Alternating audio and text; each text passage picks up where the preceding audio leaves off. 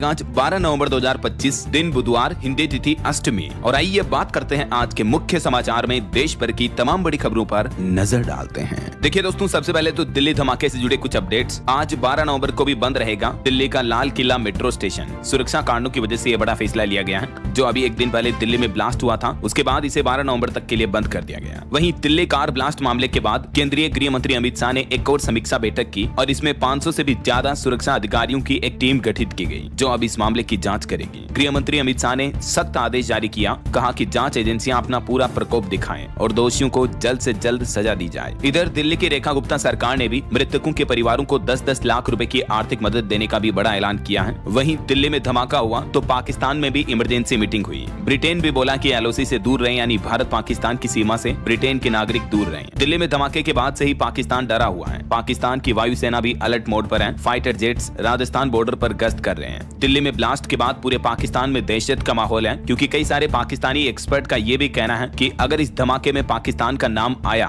तो भारत कार्रवाई कर सकता है। यही वजह है कि अभी पाकिस्तान सरकार डर के माहौल में है। वैसे दिल्ली के बाद पाकिस्तान में भी एक और फिदायनी हमला देखने को मिला और पाकिस्तान के प्रधानमंत्री शहबाज ने इस हमले का ठीकरा भारत पर फोड़ा है। पाकिस्तान के पीएम बोले कि भारत ने कराया हमारे यहाँ हमला, जबकि उन्हीं के रक्षा मंत्री ने अलग दावा किया कि अफगानिस्तान ने करवाया हमला। इधर भारत ने पाकिस्तान के सभी आरोपों को खारिज कर दिया है। बीते दिन दिल्ली के बाद पाकिस्तान में भी दो बड़े धमाके देखने को मिले। एक तो धमाका पाकिस्तान की राजधानी इस्लामाबाद के डिस्ट्रिक्ट कोर्ट के पास आत्मघाती हमला हुआ। इसमें भी 12 लोगों की मौत हो गई, जबकि 36 से ज्यादा घायल हो गए। भारत की राजधानी दिल्ली में धमाके के बाद पाकिस्तान की राजधानी इस्लामाबाद में भी ये बड़ा धमाका देखने को मिला और उधर पाकिस्तान सरकार के दोनों ही मंत्री अलग अलग दावे कर रहे हैं। पाकिस्तान के पीएम वहां के धमाके का ठीकरा भारत पर फोड़ रहे। देखिए जरा, ऐसे में सवाल ये कि क्या हमारे देश की राजधानी दिल्ली में जो ब्लास्ट हुआ, क्या इसमें पाकिस्तान का हाथ है? क्या जेस का मोडस ऑपरेंडी है? जांच में कई राज भी खुले हैं और इस एंगल से भी अब देश की सुरक्षा एजेंसियां जांच कर रही हैं। और अगर पाकिस्तान का इसमें हाथ मिला फिर तो पाकिस्तान की खेल नहीं।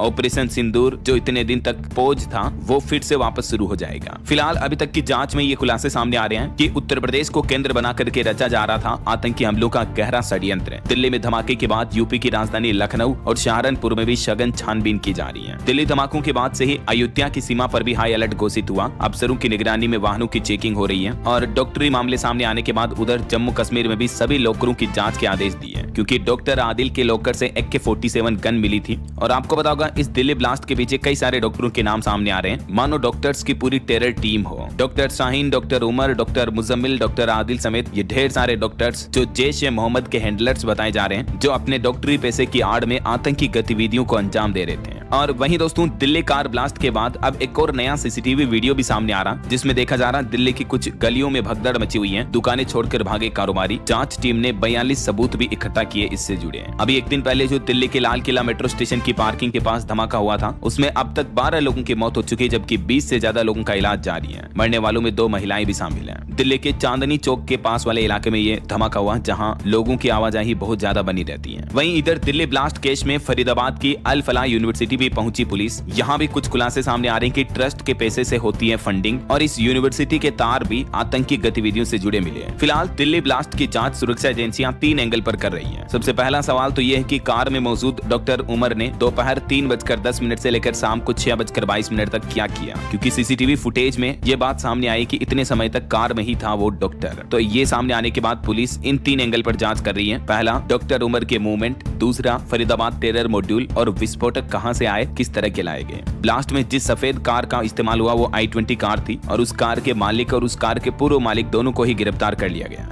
धमाके के एक दिन पहले ही जम्मू कश्मीर पुलिस ने फरीदाबाद में एक आतंकी मॉड्यूल से जुड़े 3 डॉक्टरों समेत 8 लोगों को गिरफ्तार किया था और उसके ठीक दूसरे ही दिन ये बड़ा धमाका हुआ। उन 8 लोगों के पास अभी तकरीबन 2900 किलो विस्फोटक बरामद हुआ था, जिससे भी बड़ी तबाही मचाई जा सकती थी। तो दोस्तों, अब शुरुआती जांच में कुछ मीडिया रिपोर्ट्स के मुताबिक CCTV में पुलवामा का डॉक्टर कार चलाते दिखा, जो जम्मू पुलवामा में कुछ दिनों पहले आतंकी हमला हुआ था, आपको पता होगा। और ये भी दावा किया जा रहा कि फरीदाबाद आतंकी मॉड्यूल से जुड़ा था ये डॉक्टर। 3 डॉक्टरों की गिरफ्तारी के बाद इस डॉक्टर ने धमाका किया। दिल्ली कार ब्लास्ट की कुछ तस्वीरें भी आप देख सकते हैं, बड़ी ही दिल दहला देने वाली तस्वीरें हैं। अब तक 12 लोगों की मौतें हो गई और मौतें इतनी खतरनाक हुई कि लोगों के शरीर के टुकड़े टुकड़े दूर जाकर गिर गए। और इस बीच दोस्तों एक और बड़ा चौंकाने वाला खुलासा तो ये आ रहा कि आतंकियों के निशाने पर था आरएसएस का लखनऊ हेडक्वार्टर भी। गुजरात में पकड़े गए 3 आतंकियों ने ये खुलासा किया है। अहमदाबाद और दिल्ली में भी रेकी की थी इन्होंने। और दिल्ली ब्लास्ट की घटना के बाद देश भर के 11 राज्यों में हाई अलर्ट जारी कर दिया है। यूपी, अयोध्या, काशी, मथुरा समेत कई सारी सेंसिटिव जगहों पर सुरक्षा बढ़ाई गई जहां पब्लिक की भीड़ ज्यादा होती है। सभी पब्लिक प्लेसेज पर अभी भारी मात्रा में पुलिस बल भी तैनात किया गया है। और अभी भारत पाकिस्तान सीमा के पास इंडियन आर्मी यानी भारतीय सेना का युद्धाभ्यास भी चल रहा है। देखिए पाकिस्तान बॉर्डर के पास हाईवे पर उतरे लड़ाकू विमान, राजस्थान में एयरफोर्स ने अपना युद्धाभ्यास किया, जगुआर और सुखोई 30 जैसे विमान भी गरजे। ऑपरेशन त्रिशूल चल रहा अभी ऑपरेशन सिंदूर के बाद राजस्थान के जैसलमेर में, है ना। चलिए अगला अपडेट देखिए। दिल्ली ब्लास्ट के बाद प्रधानमंत्री नरेंद्र मोदी भूटान पर रवाना हुए और भूटान में भी भावुक हो गए पीएम मोदी इस बात पर चर्चा करते हुए। उन्होंने कहा कि मैं भारी मन से यहाँ आया, दोषियों को बख्शा नहीं जाएगा। प्रधानमंत्री नरेंद्र मोदी बोले कि जो भी लोग इस साजिश के पीछे हैं उन्हें बख्शा नहीं जाएगा, जो भी जिम्मेदार हैं उन्हें न्याय की कैटेगरी में लाया जाएगा। हमारी एजेंसियां इस साजिश की तह तक जाएगी। पीएम मोदी के भूटान दौरे से जुड़ी कुछ तस्वीरें भी आप देख सकते हैं। इस बीच भूटान नरेश ने भी दिल्ली विस्फोट पीड़ितों के लिए प्रार्थना की और भारत भूटान दोनों देशों के संबंधों को भी सराहा। अभी प्रधानमंत्री 2 दिवसीय भूटान दौरे पर गए हुए हैं। इस दरमियान दोनों देशों के बीच द्विपक्षीय संबंधों को और मजबूत करने पर जोर दिया जाएगा। तो दोस्तों हम सब की तरफ से भी इस दिल्ली ब्लास्ट घटना में जान गंवाने वाले परिवारों के प्रति शोक संवेदनाएं और इस धमाके में मरने वालों की आत्मा को ईश्वर शांति दे, उनके परिवारों को इस मुश्किल घड़ी में हिम्मत दे, हौसला दे। ओम शांति। इन्हीं प्रार्थनाओं के साथ चलिए दोस्तों आगे बढ़ते हैं अपन खबरों में। देखिए बिहार विधानसभा चुनाव खत्म हो चुके हैं और चुनाव के साथ ही एग्जिट पोल के नतीजे भी आ चुके हैं और दूसरे चरण के मतदान में भी रिकॉर्ड तोड़ वोटिंग देखने को मिली 68.79%, जो कि 2020 चुनाव से 10% ज्यादा मतदान हुआ। बिहार के बगहा में 15,000 से भी ज्यादा लोगों ने चुनाव का बहिष्कार भी किया और चुनाव संपन्न होने के साथ ही बिहार के एग्जिट पोल के नतीजों में ज्यादातर सर्वे में एनडीए की सरकार बन रही है। महागठबंधन को लगभग 94 सीटें मिलती दिख रही है। देखिए भास्कर रिपोर्टर्स पोल के मुताबिक 145 से 160 सीटों के साथ बिहार में एनडीए सरकार बनाएगी, जबकि महागठबंधन को 73 से 91 सीटें मिल सकती हैं। जेडीयू की 59 से 68 सीटों के साथ वापसी देखने को मिल सकती है। ये भास्कर रिपोर्टर्स पोल के सर्वे के डेटा भी आप देख सकते हैं। बिहार विधानसभा में कुल 243 सीटें हैं और किसी भी राजनीतिक पार्टी या गठबंधन को बहुमत हासिल करने के लिए कम से कम 122 सीटें चाहिए जीत के लिए। और भी कुछ अलग अलग सर्वे एजेंसियों के एग्जिट पोल भी आप देख सकते हैं। ज्यादातर एग्जिट पोल में एनडीए को 130 से 140 सीटें मिलती दिख रही हैं। अब असलियत का पता तो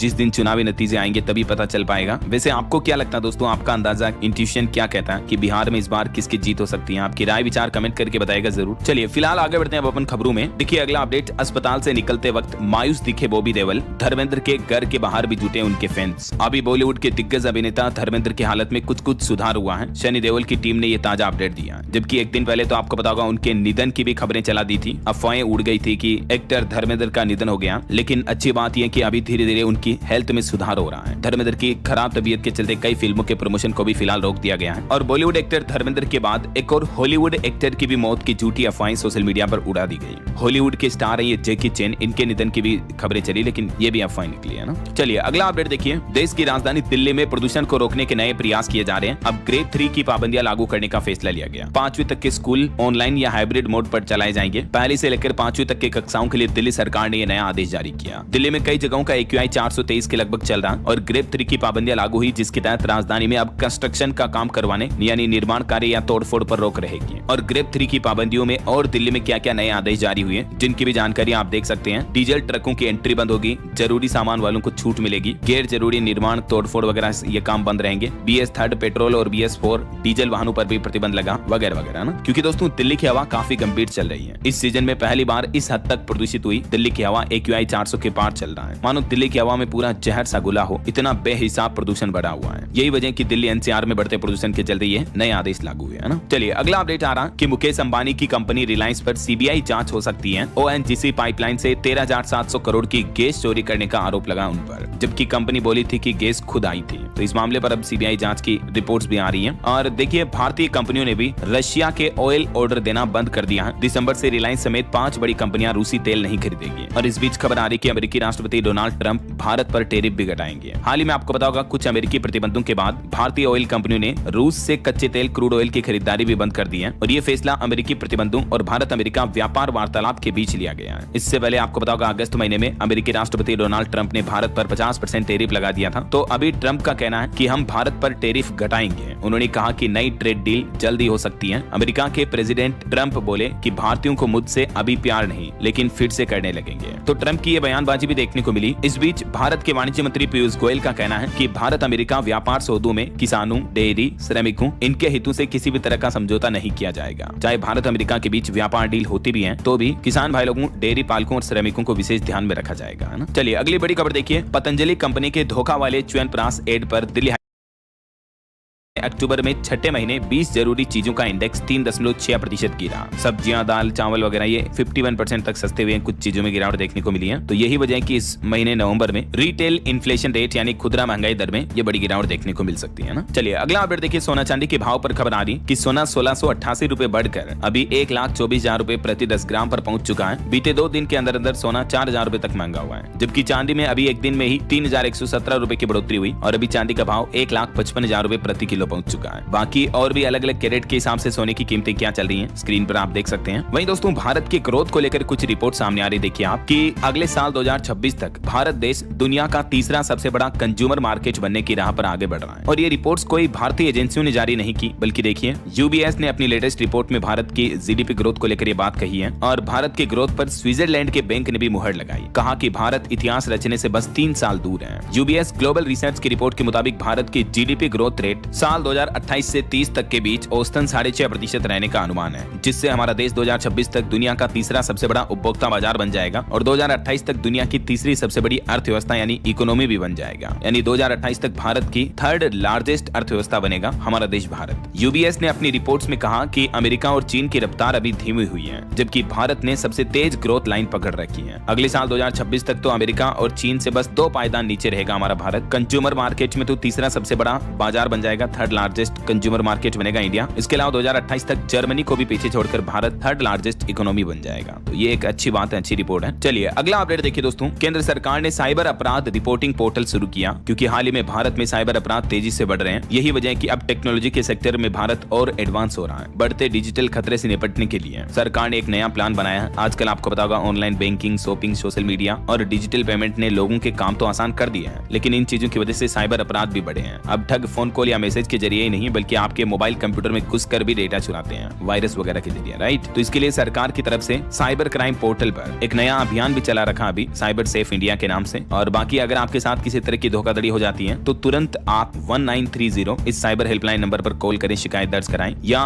गृह मंत्रालय द्वारा जारी साइबर क्राइम के पोर्टल पर भी आप ऑनलाइन कंप्लेन कर सकते हैं। ठीक है, चलिए अगला अपडेट देखिए। अदानी ग्रुप की तरफ से एक और बड़ा ऐलान किया गया है। दुनिया की सबसे बड़ी single site battery storage project बनाने की तैयारी कर रही है अदानी कंपनी, और इसके लिए अदानी समूह ने दुनिया की सबसे बड़ी सिंगल साइट स्टोरेज प्रोजेक्ट्स में अपना हाथ आजमाने का ऐलान किया है। और प्लान किया है, देखिए, गुजरात के खावड़ा में बनेगी देश की सबसे बड़ी बैटरी ऊर्जा भंडारण परियोजना। अदानी समूह की तरफ से ये बड़ी घोषणा की गई है। गुजरात के खावड़ा में तकरीबन 1126 मेगावाट क्षमता वाला देश का सबसे बड़ा बैटरी ऊर्जा भंडारण प्रोजेक्ट स्थापित करने की घोषणा की है। अगले साल 2026 तक ये परियोजना शुरू हो जाएगी। और एक रिपोर्ट सामने आ रही है कि आयात शुल्क के कारण अमेरिका में 15% तक घटी भारतीय कपड़ों की मांग। आयात शुल्क यानी इंपोर्ट ड्यूटी जो बढ़ा दी थी हाल ही में अमेरिका ने, यही वजह है कि भारतीय प्रोडक्ट जब अमेरिका में महंगे मिलने लगे तो भारत की कपड़ों वगैरह की डिमांड भी अमेरिका में कम हुई है, समझ रहे हो। और खबर देखिए, एनपीसीआई भारत बिल पे ने मोबाइल ऐप पर डॉलर के लेन देन की भी सुविधा शुरू की, जिससे कि इंटरनेशनल ट्रांजैक्शन इंपोर्ट एक्सपोर्ट वालों को भी बड़ा फायदा होगा। देख सकते हैं आप डिटेल। चलिए खबर आ रही, देश की राष्ट्रपति द्रौपदी मुर्मू आने वाले 18 नवंबर को प्रथम जल संचय जन भागीदारी पुरस्कार भी वितरित करेंगे।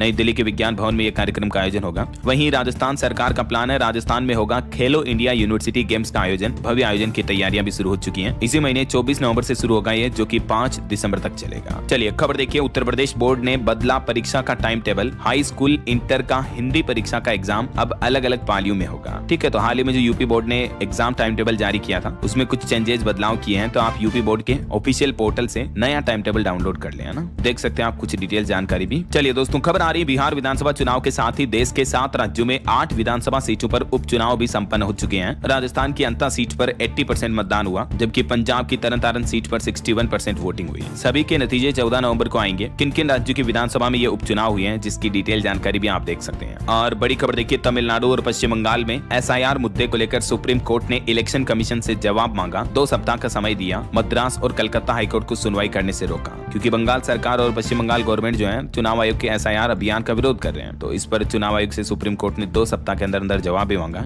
वहीं रेलवे की एक नई पहल देखिए दोस्तों, ट्रेनों के कोच अटेंडेंट और सफाई कर्मियों का पुलिस वेरिफिकेशन जरूरी होगा। रेलवे बोर्ड की तरफ से नया आदेश जारी किया। ट्रेनों में संविदा पर काम करने वाले कोच अटेंडेंट वगैरह और इस तरह के जो एम्प्लॉय होंगे उनका पुलिस वेरिफिकेशन करवाना अनिवार्य होगा। रेलवे का कहना कि यात्रियों की सुरक्षा को देखते हुए ये फैसला लिया। तो पुलिस वेरिफिकेशन का मतलब ये हुआ कि वो स्टाफ कर्मचारी जो है ना, वो किसी तरह के अपराध वगैरह में संलिग्न नहीं रहे हैं। ये जांच पहले ही की जाएगी, है ना। और आम आदमी को महंगाई से राहत देने के लिए सरकार का एक प्लान देखिए। अब और भी सस्ती होगी जरूरी दवाइयां और कुछ मेडिकल प्रोडक्ट्स भी हैं। सरकार ने कहा कि हम टैक्स कम करने के लिए तैयार हैं। नई दिल्ली में आयोजित एक कार्यक्रम में देश के वाणिज्य मंत्री पीयूष गोयल बोले कि केंद्र में एक सुनने वाली सरकार है, जो फीडबैक, सुझावों और विचारों को स्वीकार करती है। और वो बोले कि इसी के तहत केंद्र की नरेंद्र मोदी सरकार अभी और जरूरी दवाओं और मेडिकल उत्पादों पर शुल्क या उपकर टैक्स वगैरह में कटौती करने के लिए तैयार है, ताकि ज्यादातर दवाइयां सस्ती कीमतों पर उपलब्ध हो सके। वैसे तो हाल ही में सरकार ने GST वगैरह कम किया था। उसके बाद अब सरकार का प्लान हो सकता है, मे भी 2026 का जो बजट आएगा उसमें दवा टैक्स वगैरह को लेकर कुछ फैसले ले सकती है केंद्र सरकार। खैर, जो भी आगे अपडेट आएंगे मैं आपको बताता रहूंगा इसी चैनल DLS न्यूज के माध्यम से। और फिलहाल तो अपन कुछ और महत्वपूर्ण और काम की खबरें देखेंगे दोस्तों, लेकिन वक्त तो चला है आज के ताजा मौसम समाचार जानने का।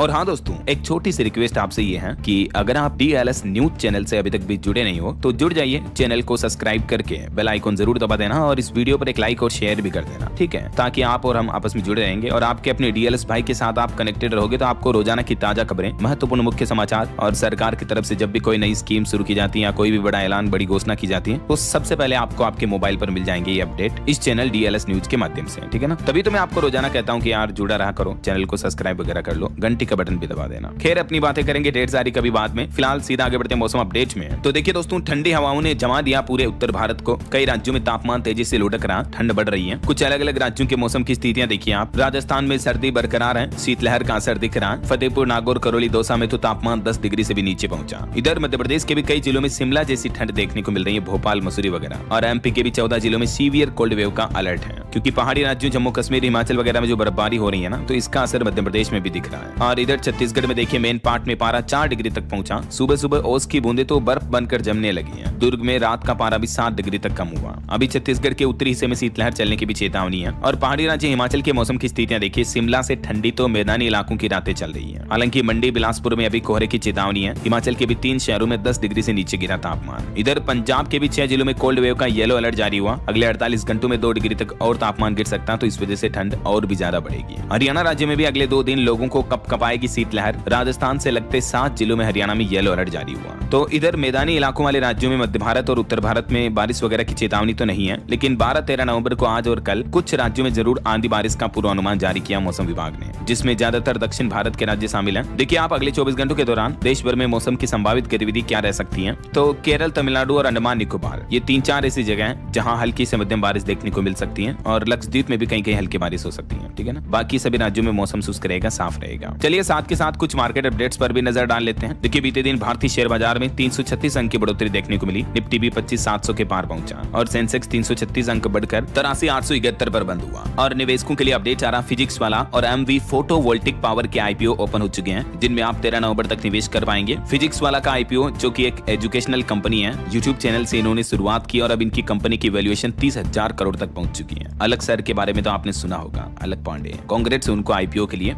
और टाटा मोटर्स की कॉमर्शियल व्हीकल यूनिट भी आज मार्केट में लिस्ट होगी। डीमर्जर के बाद शेयर होल्डर्स को 1:1 में शेयर मिले। वहीं एक रिपोर्ट सामने आ रही कि विदेशी निवेशकों ने बीते महीने अक्टूबर में भारत में किया $1.3 अरब का निवेश। DII ने लगाए $6 अरब।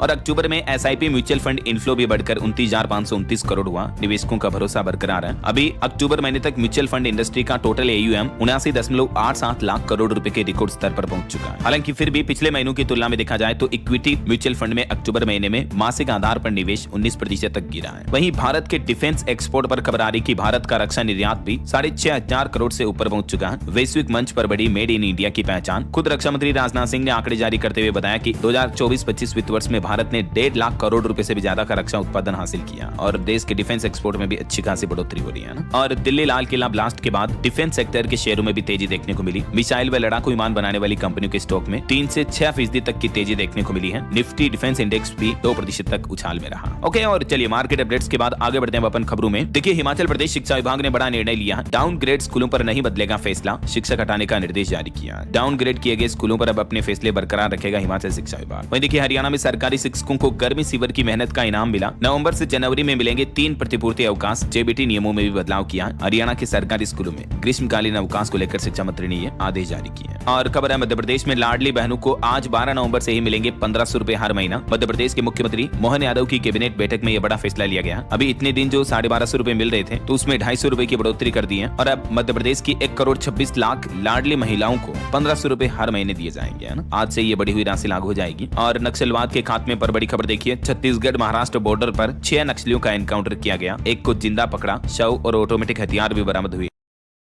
निवेशकों से बोले मुख्यमंत्री विष्णुदेव साय। अभी छत्तीसगढ़ सरकार की तरफ से छत्तीसगढ़ इन्वेस्टर कनेक्ट कार्यक्रम का आयोजन किया गया बीते दिन, आपको पता होगा, गुजरात में। और इस दरमियान गुजरात के अहमदाबाद में छत्तीसगढ़ को 33,000 करोड़ से भी ज्यादा का निवेश भी मिला। और इसी कार्यक्रम में मुख्यमंत्री विष्णुदेव साय ने ये कुछ बड़ी घोषणाएं की हैं। चलिए अगली बड़ी खबर देखिए। हरियाणा रोहतक में दिल्ली नंबर की एक गाड़ी से 1 करोड़ रुपए कैश मिले। ब्लास्ट के बाद पुलिस चेकिंग कर रही थी, तभी गाड़ी में मिले। बैग से 500 की गड्डियां मिली और अभी कैश को बरामद कर लिया। और इसमें 4 युवक सवार थे जिनको गिरफ्तार कर लिया। हिरासत में लेकर पूछताछ जारी है। इधर हरियाणा में भी हाई अलर्ट जारी हुआ। दिल्ली ब्लास्ट के दूसरे दिन सभी बॉर्डरों पर चेकिंग चल रही है। पुलिस कर्मियों की छुट्टियां भी कैंसिल की गई। और दिल्ली ब्लास्ट से पहले हरियाणा नंबर की कार का ये वीडियो भी सामने आ रहा, जिसमें फरीदाबाद से जाती दिखती है ये कार। गाड़ी का पोल्यूशन सर्टिफिकेट बनवाने का भी सीसीटीवी वीडियो सामने आया। और अभी बागेश्वर धाम के पंडित धीरेन्द्र कृष्ण शास्त्री की पद यात्रा भी हरियाणा पहुंच चुकी है। यहाँ भी उनकी सुरक्षा बढ़ाई गई। पद यात्रा में एक दुर्घटना भी हो गई। एक युवक क्रेन के नीचे आ गया, जिससे उस युवक की मौत हो गई। बागेश्वर धाम के पंडित धीरेन्द्र कृष्ण शास्त्री पीठाधीश्वर बोले कि विदेशी ताकतों से हमें लड़ना होगा।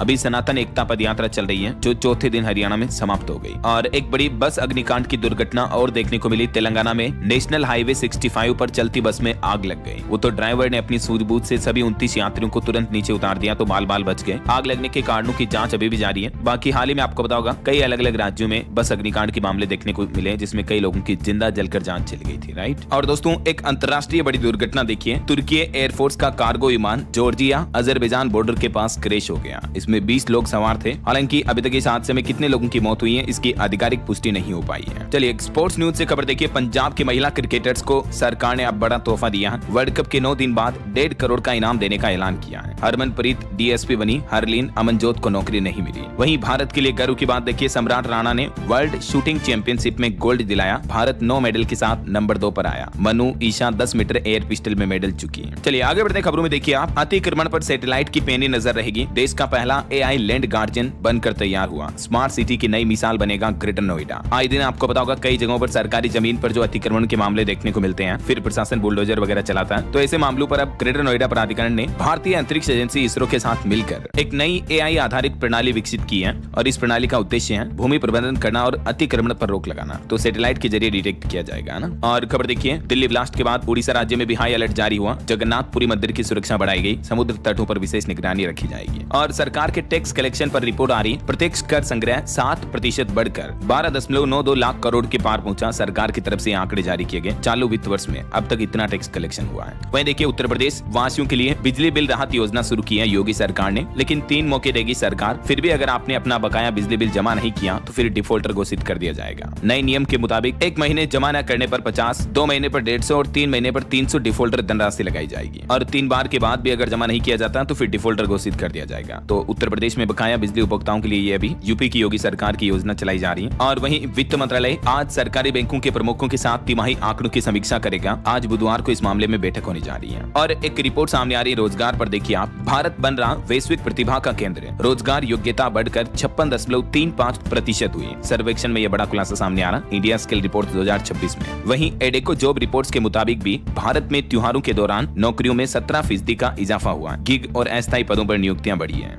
आज हिचकी बहुत ज्यादा चल रही है यार दोस्तों, और इसीलिए समाचार पढ़ने में थोड़ी दिक्कत आ रही है, माफ करना। एनीवे अगला अपडेट देखिए। लाइफ इंश्योरेंस पर एक रिपोर्ट सामने आ रही है कि जीएसटी में छूट के बावजूद भी बीते महीने अक्टूबर में जीवन बीमा प्रीमियम का कलेक्शन घटा। सिस्टमैटिक्स रिसर्च की रिपोर्ट के मुताबिक ये डेटा आप देख सकते हैं। चलिए खबर देखिए। कोलकाता में 317 करोड़ रुपए की ऑनलाइन ठगी का पर्दाफाश हुआ। कारोबारी पवन रुइया के घर और ऑफिस पर छापेमारी की गई पश्चिम बंगाल पुलिस के द्वारा। वहीं इसरो के गगनयान मिशन पर बड़ी कामयाबी मिली। मुख्य पैरासूट का इंटीग्रेटेड एयर ड्रॉप टेस्ट सफल रहा। और दिल्ली में आज से शुरू होगी भारत नेपाल के बीच सीमा वार्ता। जेन जी प्रदर्शन के बाद दोनों देशों के बीच ये पहली बैठक होने जा रही है। 12 से 14 नवंबर तक 3 दिन तक ये वार्षिक सीमा वार्तालाप चलेगी दोनों देशों के बीच सुरक्षा मुद्दों को लेकर, है ना। चलिए दोस्तों, अगला अपडेट देखिए। कोर्निया दान और प्रत्यारोपण को बढ़ावा देने के लिए सरकार ने नियमों में सरलीकरण किया है। अब आंखों के कोर्निया का ट्रांसप्लांट भी आसान होगा। उपकरण की अनिवार्यता भी खत्म हुई। बदल गए नियम। छोटे नेत्र केंद्रों को भी इससे राहत मिलेगी। देश भर में नेत्रदान वगैरह को बढ़ावा देने के लिए केंद्र सरकार की तरफ से ये नए नियम जारी किए हैं स्वास्थ्य मंत्रालय की ओर से। और प्रदूषण पर भी एक रिपोर्ट सामने आ रही है कि दिल्ली का औसत AQI जो है वो इस साल काफी बेहतर हुआ है। हालांकि फिर भी बहुत ज्यादा, मगर अन्य सालों की तुलना में इस बार कम पराली जली। 2024 की तुलना में PM 2.5 और PM 10 का स्तर भी घटा है। चलिए खबर देखिए। हरियाणा गुरुग्राम नहीं बल्कि NCR का नया पावर सेंटर नोएडा बनेगा। ये 4 सेक्टर बनेंगे गोल्ड माइन। एयरपोर्ट और एक्सप्रेसवे ने बदली किस्मत। डेटा आप देख सकते हैं। वहीं बाजरा बीज गुणवत्ता पर भी अब सरकार जोर दे रही है। कृषि वैज्ञानिकों से उच्च गुणवत्ता वाले बीज विकसित करने का भी आह्वान किया केंद्रीय कृषि मंत्रालय की तरफ से। और दोस्तों, एक आपको बड़ी चेतावनी वाली खबर बताता हूँ। देखिए आप, दिल्ली कार ब्लास्ट की धमकी देकर अब लोगों के साथ साइबर ठगी की जा रही है। फर्जी पुलिस वाले बनकर लोगों को निशाना बना रहे अपराधी। राजस्थान पुलिस की साइबर क्राइम शाखा ने चेताया है कि अभी जो दिल्ली में ब्लास्ट की घटना हुई उसके बाद कई लोग अनजाने नंबरों से फोन कर रहे हैं और दिल्ली कार ब्लास्ट से जुड़ा बताकर नागरिकों को धमका रहे हैं, डराकर उनके बैंक खाते वगैरह की जानकारी ली जा रही है। तो सावधान रहें और अगर आपके साथ ऐसा कॉल वगैरह आता है तो तुरंत शिकायत दर्ज कराएं, ठीक है ना। चलिए अगला अपडेट देखिए। हिमाचल प्रदेश में PG कर रहे आयुष डॉक्टरों को अब मिलेगा पूरा वेतन। मुख्यमंत्री सुखविंदर सिंह सुक्खू की अध्यक्षता में हुई बैठक में ये बड़ा फैसला लिया गया। अब ऐसे डॉक्टर को पहले जो सरकार 40% ही वेतन देती थी, तो अब उन्हें भी पूरा वेतन मिलेगा। वहीं खबर है हिमाचल में भारतीय सेना सीमावर्ती क्षेत्रों में 20 स्थानों पर लगाएगी विंड टरबाइन प्रोजेक्ट। मुख्यमंत्री ने यह भी आश्वासन दिया है। चलिए खबर देखिए। 350वीं शहीदी वर्षगांठ के मौके पर पंजाब में 500 से ज्यादा सेवा शिविर लगाए गए।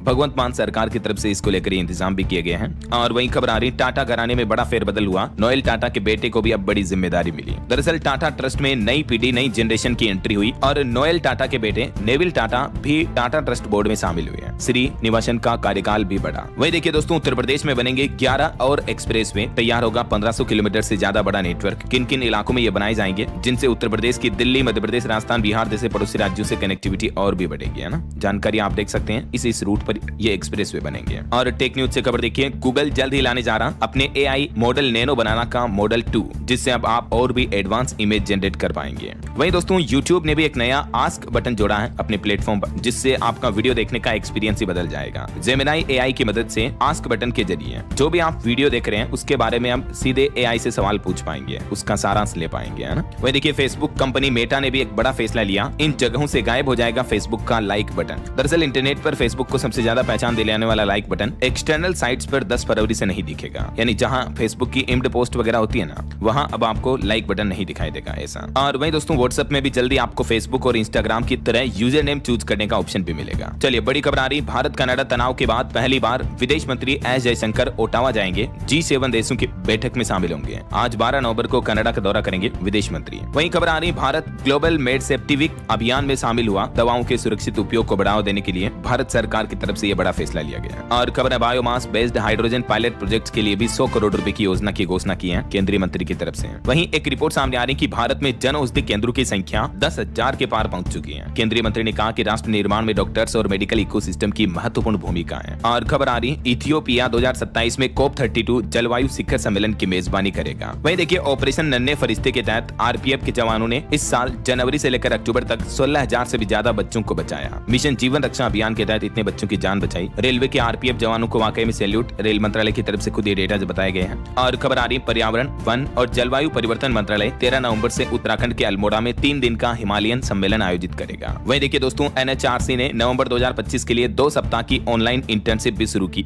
राष्ट्रीय मानवाधिकार आयोग की तरफ से। और एक रिपोर्ट आ रही कि चीनी उत्पादन बढ़कर 3.09 करोड़ टन रहने की उम्मीद है इस बार। उत्तर प्रदेश समेत कई राज्यों में बढ़ोतरी का अनुमान है। और IRCTC की तरफ से एक टूर पैकेज निकाला गया है। पूरी जगन्नाथ कोणार्क सूर्य मंदिर के दर्शन करने का टूर। 3 रात 4 दिन का ये टूर पैकेज होगा। इसके बारे में ज्यादा डिटेल्स आप IRCTC के पोर्टल पर चेक कर लीजिएगा। पैकेज की प्राइस वगैरह क्या है, जानकारी आप देख सकते हैं। और चावल निर्यात पर भी खबर आ रही दोस्तों, भारत ने नई उपलब्धि हासिल की। वैश्विक स्तर पर 39% तक कम कर दी कीमत। WTO ने भी माना हिंदुस्तान का लोहा। गाइडलाइंस जारी की है। आप अपने नजदीकी अटल डिजिटल सेवा केंद्र जाकर आधार अपडेट करा सकते हैं। और देखिए छत्तीसगढ़ में कर्मचारियों की हड़ताल भी तेज हुई, उसके बाद धान खरीदी भी प्रभावित हुई। वहीं दिल्ली ब्लास्ट के बाद यूपी आगरा ताजमहल की सुरक्षा भी बढ़ाई गई। और उत्तर प्रदेश में हिंदू संगठन 24 नवंबर को पीएम आवास का घेराव करेंगे। इस्लामिक जिहाद पर श्वेत पत्र और शस्त्र अधिकार की मांग भी करेंगे। और झारखंड राज्य के 25 साल पूरे हो चुके हैं, 18 दिन तक चलेगा इस बार स्थापना दिवस समारोह है। वहीं देखिए हमारे देश के सर्वोच्च न्यायालय सुप्रीम कोर्ट का कहना है कि हम एक देश हैं, किसी को हिंदी बोलने को मजबूर करना या किसी की लुंगी का मजाक उड़ाना बर्दाश्त नहीं है। हाल ही में केरल के छात्रों के साथ हुए मारपीट मामले पर सुप्रीम कोर्ट ने संज्ञान लेते हुए ये सख्त हिदायत दी है। और देखिए हरियाणा के सीएम अंबाला पहुंचे, 16 करोड़ से भी ज्यादा की खेल परियोजनाओं का शिलान्यास किया। वहीं पंजाब हरियाणा हाईकोर्ट ने भी आदेश दिया 6 सप्ताह में असिस्टेंट प्रोफेसर को नियमित करें। और पंजाब में बिजली कनेक्शन लेना भी अब आसान होगा, अब नहीं देनी होगी टेस्ट रिपोर्ट। सेल्फ सर्टिफिकेशन भी लागू हुआ उपभोक्ताओं के लिए। उत्तराखंड में 20 नवंबर को पंचायत उपचुनाव होंगे, 33,000 से ज्यादा पद खाली है। 20 तारीख को वोटिंग होगी और 22 नवंबर को नतीजे भी आ जाएंगे ना। चलिए कुछ एजुकेशनल अपडेट्स देख लेते हैं फटाफट से। देखिए सीबीएसई स्कूलों में 6ठी और 9वीं के बच्चों का होगा योग्यता मूल्यांकन। 10 नवंबर से 24 दिसंबर के बीच होगा ये। और यूपी के सरकारी स्कूलों में 28 तारीख से शुरू होंगे हाफ ईयरली एग्जाम भी। वहीं देखिए दोस्तों हरियाणा के अग्निवीरों को भी सरकारी नौकरी में बड़ी राहत मिलेगी। ग्रुप बी और सी पदों पर भर्ती में उम्र में छूट मिलेगी। नोटिफिकेशन भी जारी हो चुका है इसको लेकर। अग्निवीरों के लिए हरियाणा की नायब सिंह सैनी सरकार ने बड़ा फैसला लिया। आयु सीमा यानी एज लिमिट में छूट मिलेगी। मुख्य सचिव ने पत्र जारी किया और क्या क्या बेनिफिट मिलेंगे हरियाणा में अग्निवीर जवानों को देख सकते हैं आप। 10% तक तो आरक्षण मिलेगा पुलिस और माइनिंग गार्ड भर्ती में। ग्रुप सी की भर्तियों में भी 5% आरक्षण मिलेगा। एज लिमिट में 3 साल की स्पेशल छूट मिलेगी वगैरह वगैरह है ना। ओके और चलिए दोस्तों अंत में एक अपडेट देखते हैं। देखिए एक तो आज 12 नवंबर को काल भैरव अष्टमी है। भगवान शिव का उग्र अवतार माना जाता है काल भैरव को, तो शिव शंकर देवादिदेव महादेव की पूजा का विशेष महत्व रहेगा। और चलिए ओम नमः शिवाय का नाम लेते हुए अंत में आज का राशिफल देख लेते हैं। सिंह राशि के नौकरी पेशा लोगों की पदोन्नति के योग हैं और तुला राशि वालों की भी इनकम के रुके सोर्स दोबारा शुरू हो सकते हैं। बाकी और भी कुछ अलग अलग राशियों का राशिफल आप देख सकते हैं स्क्रीन पर। और हाँ इसी के साथ ही अगर आपको वीडियो अच्छा लगा तो इसे लाइक करना, शेयर भी करना, चैनल को सब्सक्राइब करके बेल आइकन जरूर दबा देना रोजाना ऐसी इन्फॉर्मेटिव जानकारियां, महत्वपूर्ण समाचार देखते रहने के लिए। ओके ख्याल रखिएगा अपने आप का, अपने परिवार का। मिलेंगे अगले नेक्स्ट अपडेट में, तब तक के लिए जय